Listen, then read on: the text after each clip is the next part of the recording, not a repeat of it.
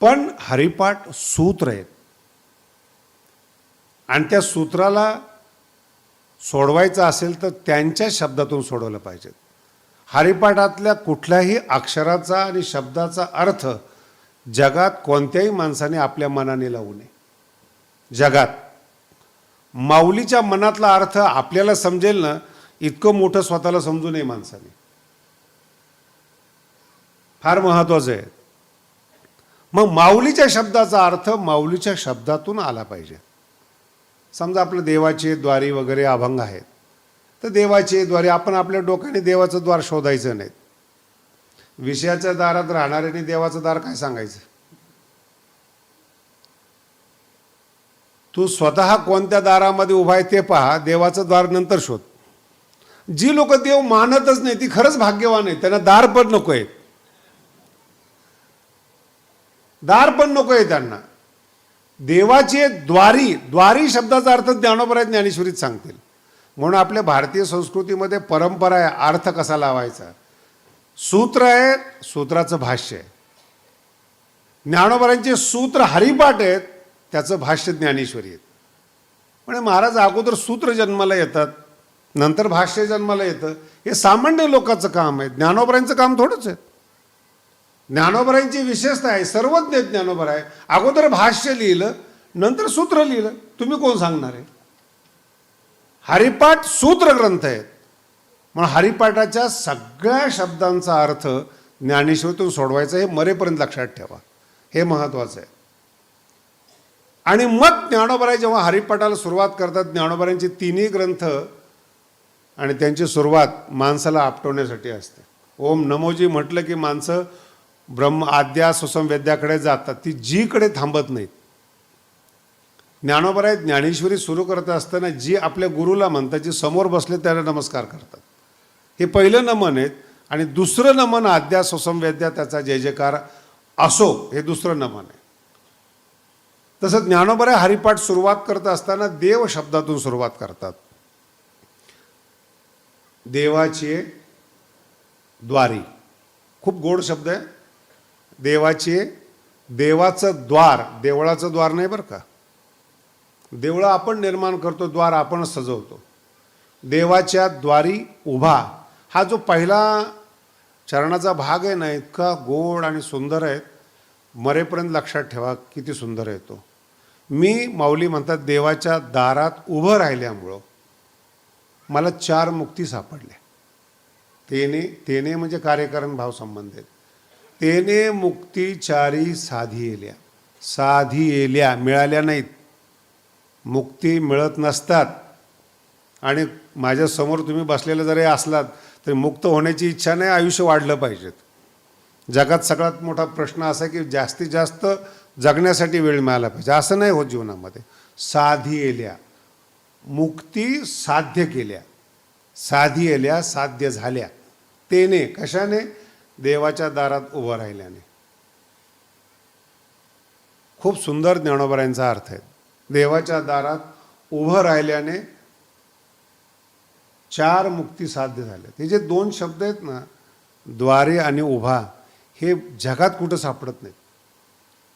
पहिला टप्पा असा आहे, तुम्ही कोणाच्या दारात उभा आहात ते तुमचा शोध घ्या. धनाच्या द्वारामध्ये उभा आहात का स्त्रीच्या द्वारामध्ये उभा आहात का मानाच्या द्वारामध्ये उभा आहात का सत्तेच्या द्वारामध्ये उभा आहात. जिथे आहात तो प्रभाव तुमच्यावर पडतो.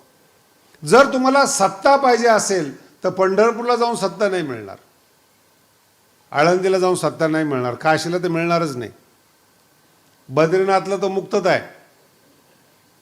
मग सत्ता केंद्र कोण आहे, दिल्ली आहे, सगळ्याला माहिती आहे. मग त्यांनी कुठं उभं राहायचं. तुम्ही काही टेन्शन घेऊ नका बरं का ऐकणाऱ्यांनी, आपलं निसर्गतः चालू द्या. देवाच्या दारात ज्याला उभं राहायचं असेल त्याचा प्रश्न आहे. सत्ता पाहिजे, हरिपाठाकडे येऊ नये. सत्तेच्या दारात त्यांनी उभं राहावं आणि वाट पाहावी तिकीट कधी मिळतंय, मिळणार आहे का नाही, का मिळण्याची अपेक्षा आहे, तो त्याचा विषय आहे. काही माणसाला सत्ता नको आहे. खूप गहन अर्थ आहेत बरं का, टप्प्याटप्प्याने कळतील. एवढ्या लवकर कळतील असं मला नाही वाटत.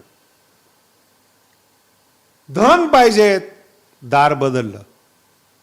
सत्तेच्या दारात उभं राहणाऱ्या लोकांनी धनाच्या दारात उभं राहणं याच्यात फरक आहे. धनाच्या द्वारातले श्रीमंत सत्ताधारी वेगळे. व्यापारी लोक नेत्याला मानत नसतात, फॅक्टरीला मानतात, उत्पादन करणाऱ्याला मानतात, ब्रँडला मानतात. ही त्यांची विशेषता आहे व्यापाऱ्यांची. व्यापाऱ्याचं दार वेगळं आहे, सत्ता पाहिजे असणाऱ्याचं दार वेगळं आहे, विषय पाहिजे त्याचं दार वेगळं आहे, त्याचा अधिकार वेगळा आहे, त्याची योग्यता वेगळी आहे. विद्या पाहिजे असेल त्याचं दार वेगळं आहे. गुरुकडे जावं लागेल, तनु मनु जिवे चरणाशी लागावे अगरवता. मी बुद्धिमान आहे म्हणून गुरुची सेवा करायची नाही, अगरवता करावे दास्य सकळ, ही त्यांची विशेषता आहे. हे टप्पे लक्षात ठेवायचे. आणि जर तुम्हाला बाहेरच्या प्रवासातले दरवाजे पाहिजे असतील तर अध्यात्मातल्या कोणत्याही संतांचा तुम्हाला उपयोग होणार नाही, कोणत्याही संतांचा उपयोग होणार नाही. जर संत म्हणत असेल मी बाहेर मदत करतो, तो बाहेरचाच संत आहे असं गृहीत धरा, त्यांनी आतला प्रवास केलेला नाही. पाप माफ करण्याची ताकद कुठल्याही संतांमध्ये आणि देवामध्ये नाही, हे पहिलं लक्षात ठेवा. तुम्ही पुण्य करू शकता, पुण्याने पाप जाऊ शकतं, पुण्य करू शकता, पाप घालवत नाहीत. एखादा माणूस आहे, चोरी फेरी केली, त्यांनी जातो एखाद्या साधू संताकडे, महाराज जरा टॅक्स चुकवलाय, चोरी केली, बरंचसं पाप झालेलं, तुम्ही आशीर्वाद देतो, आशीर्वाद देतो. त्या आशीर्वादाच्या मोबदल्यामध्ये काही दक्षिणा पण देतो. सृष्टीचा गंभीरतेनं विचार करा. पाप त्यांनी केलंय, चोरी त्यांनी केलीत, मर्डर त्यांनी केलाय, पाप त्यांनी केलंय, व्यभिचार त्यांनी केलाय, साधू कसं काय माफ करेल? ज्याचं धन चोरलेलं आहे त्याच्या अंतःकरणातल्या होणाऱ्या वेदना कोण साधू माफ करणार आहे? कोणाची चोरी करा, ज्याची चोरी झाली त्याचं अंतःकरण किती विव्हळतं, किती वेदना होतात त्याला पहा. बांध कोरताना पहा, शेतीचा आग लावताना पहा, वेदना आहेत त्या. तुम्ही साधूकडे जा, साधूला काय अधिकार आहे? मुळात साधूला संसार करता येत नाही म्हणून साधू झालेला असतो. त्याला काय सृष्टीमध्ये त्याला अधिकार काय? एक लक्षात ठेवा, ज्ञानोबराय पूर्ण जगाला ज्ञान देतात, पाप माफ नाही करत. मुद्दा लक्षात ठेवा, ज्ञानोबराय पाप माफ नाही करत, ज्ञान देतात. तुम्हाला ज्ञान पाहिजे असेल तर माऊली म्हणतात माझ्याकडे या, मी तुम्हाला मार्गदर्शन देतो, मार्ग दाखवतो. सर्व मार्ग सुगम, शब्द काय? मार्ग सुगम हरिपाठ. मार्ग सांगितला म्हणजे तो माणूस तुमच्या बरोबर चालत नसतो, तो पोचलेला असतो. संत पोचलेले आहेत, तुम्हाला चालायचे आहेत. म्हणून आयुष्यामध्ये कधी ही कल्पना करू नका की एखादा साधू आणि देव पाप माफ करू शकतो. आणि जर असं करता आलं तर तो ईश्वर झाला. सृष्टीमध्ये बदल करण्याचा अधिकार कोणालाही नाही. वैज्ञानिक असो, संत असो, मुळात करतच नाहीत संत, हा भाग सोडून द्या. पण सृष्टीमध्ये आशीर्वाद कुणाला देत नाहीत संत. तुम्ही पाप करा आणि डायरेक्ट देवाकडे जाऊन संताकडे जाऊन माफ झालं म्हणून खुशी, असं नाही. पाप शब्दाचा अर्थही सांगतो तुम्हाला बरं का. कधी कधी या वैज्ञानिक युगामध्ये पापाबद्दल माणसाला खूप म्हणजे नकारात्मक भावना आहे. जगात पाप नसतंच असं म्हणतात, खरं आहे ते. हे लोक असल्यानंतर पापाची गरज काय?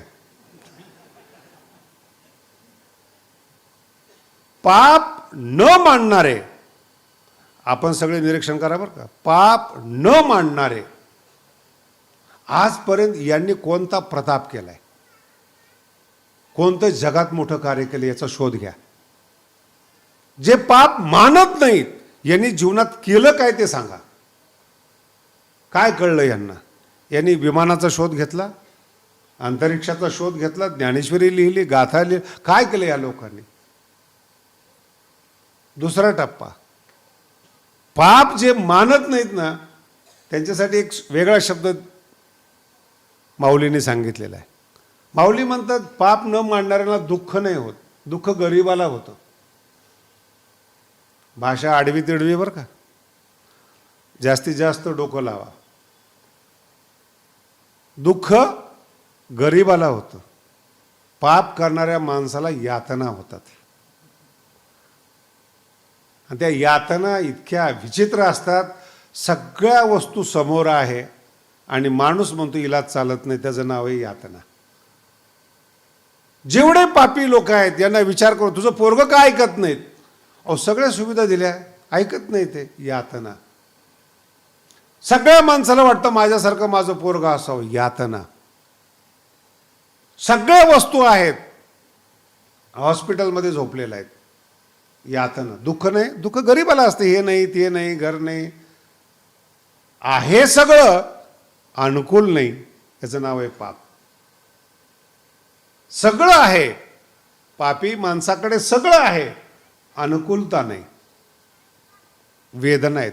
याच्या पुढे जाऊन सांगतो तुम्हाला, तुम्ही जन्माला येऊन तसंच मरून गेला, तुमची कोणीही दखल घेत नाही, याच्यापेक्षा काय पाप असावं बरं मला सांगा तुम्ही? काय यांनी पापाने अजून काय केलं पाहिजे? 700 वर्षापासून देवाच्या द्वारे अभंग टिकला आणि तुमचा कोणता शब्द अजरामर होत नाही, याच्यापेक्षा काय पाप असतं? हयात असे तोपर्यंत जिवंत असणारी माणसं मानतात. ज्यावेळेस तुम्ही इतिहास जमा होता त्यावेळेस तुम्हाला शिव्या दिल्या जातात, तुमची दखल सुद्धा घेत नाहीत. आज 700 कोटी माणसं आहेत जगामध्ये, सगळ्यांची दखल घेतली जाते का? पाप. आणि माऊलींची एक टेक्निक सांगतो तुम्हाला, माऊली फार कठीण आहेत. जेव्हा चांगल्या गोष्टी तुम्ही मानत नाही, ज्ञानोबा म्हणतात न मानण्याचं कारण त्याचं पाप आहे. ज्ञानाला न मानणं हे पाप आहे. चांगल्या गोष्टी आहेत न मानणं हे पाप आहे. पाप वेगळं नाही आहे काही पाप.